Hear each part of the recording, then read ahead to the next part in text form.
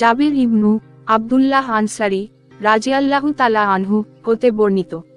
ওহী স্থগিত হওয়া প্রসঙ্গে বর্ণনা করেন যে আল্লাহর রসূল সাল্লাল্লাহু আলাইহি ওয়াসাল্লাম বলেছেন, একদা আমি হাঁটছি, হঠাৎ আসমান থেকে একটা শব্দ শুনতে পেয়ে আমার দৃষ্টিকে উপরে তুললাম। দেখলাম সেই ফেরেশতা যিনি হেরা গুহায় আমার নিকট এসেছিলেন আসমান ও জমিনের মাঝে একটি আসনে উপবিষ্ট।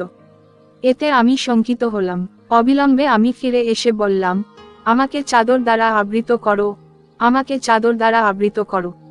অতঃপর আল্লাহ তাআলা অবতীর্ণ করলেন, হে বস্ত্রাবৃত রসূল, উঠুন, সতর্ক করুন আর আপনার রবের শ্রেষ্ঠত্ব ঘোষণা করুন এবং স্বীয় পরিধেয় বস্ত্র পবিত্র রাখুন এবং অপবিত্রতা থেকে দূরে থাকুন।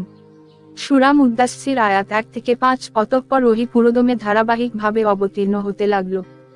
আব্দুল্লাহ ইবনু ইউসুফ রহমতুল্লাহ ও আবু সালেহ রহমতুল্লাহ অনুরূপ বর্ণনা করেছেন। হিলাল ইবনু রাদ্দাদ রহমতুল্লাহ জুহরি রহমতুল্লাহ থেকেও অনুরূপ বর্ণনা করেছেন। সহিহ বুখারী হাদিস নম্বর 4। ইবনু আব্বাস রাজিয়াল্লাহু তাআলা আনহু হতে বর্ণিত, মহান আল্লাহর বাণী, ওহী দ্রুত আয়ত্ত করার জন্য আপনি ওহী নাজিল হওয়ার সময় আপনার জিহ্বা নাড়বেন না। সূরা কিয়ামাহ আয়াত 16 এর ব্যাখ্যায় ইবনু আব্বাস বলেন, আল্লাহর রসূল সাল্লাল্লাহু আলাইহি ওয়াসাল্লাম ওহী অবতরণের সময় তা আয়ত্ত করতে বেশ কষ্ট করতেন এবং প্রায়ই তিনি তার উভয় ঠোঁট নড়াতেন।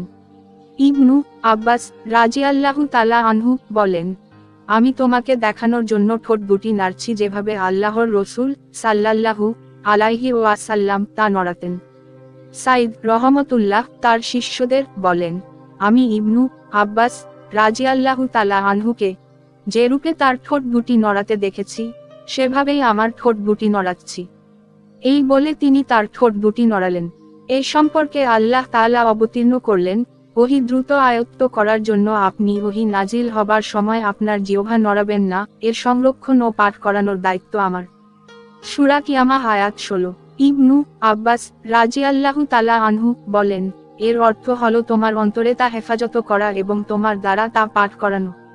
সুতরাং আমি যখন তা পাঠ করি তখন আপনি সেই পাঠের অনুসরণ করুন। সূরা কিয়ামাহ আয়াত 18। ইবনু আব্বাস রাজিয়াল্লাহু তাআলা আনহু বলেন, অর্থাৎ মনোযোগ সহকারে শুনো এবং চুপ থাকো।